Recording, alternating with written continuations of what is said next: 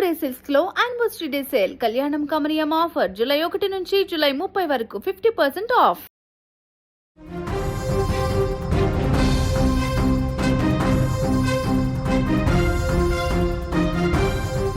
తునిలో చిన్నారి మిస్ అయి నెల రోజులకు దగ్గరగా వస్తుంది. అయినా ఆ పాప ఆచూకీ ఏమాత్రం లభించట్లేదు.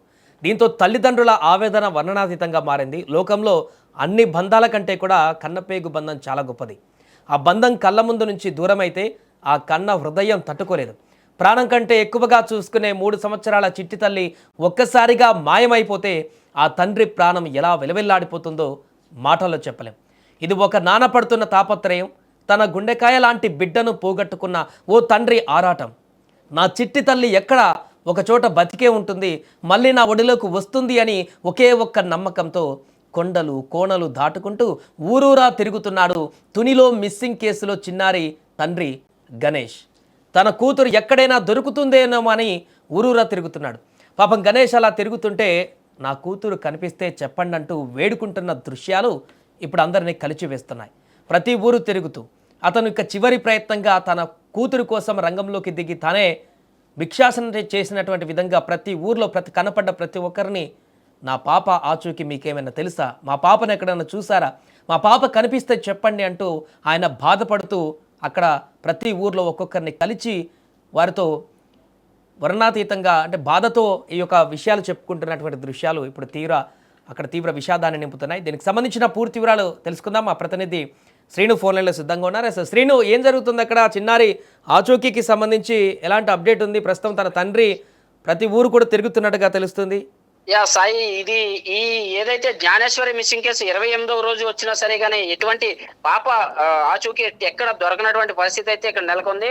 ప్రస్తుతం పోలీస్ శాఖ ఏదైతే ఆధ్వర్యంలో మొత్తం అన్ని కోణాల్లోనూ దర్యాప్తు చేసినప్పటికీ ఇక్కడ పాప ఆచూకీ అనే ఆనవాళ్ళ కానీ ఆచూకీ కానీ ఎక్కడ దొరకనటువంటి పరిస్థితి అయితే ఇక్కడ నెలకొంది. ప్రత్యేకించి దీనికి సంబంధించి మళ్ళీ పోలీసు వారి ఆదేశాల మేరకు ఏదైతే పాప ఉన్న ఫోటోతో గోడ పత్రికను అయితే ముద్రించి ఎక్కడికక్కడ అతికించడానికి కూడా ప్రయత్నాలు అయితే చేస్తున్నారు. దానిలో భాగంగానే ఏదైతే మన విజువల్స్ లో చూడొచ్చు, జ్ఞానేశ్వరి తండ్రి అలాగే వాళ్ళ చిన్న తాత కూడా వెళ్ళినటువంటి పరిస్థితి.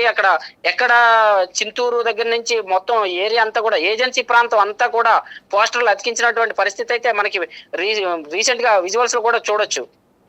అంటే సీను, ప్రస్తుతం దర్యాప్తుకు సంబంధించి పోలీసుల నుంచి ఏమైనా ఇన్ఫర్మేషన్ కొనసాగుతుందా? ఈ కేసులో లేటెస్ట్ అప్డేట్ ఏమైనా ఉందా?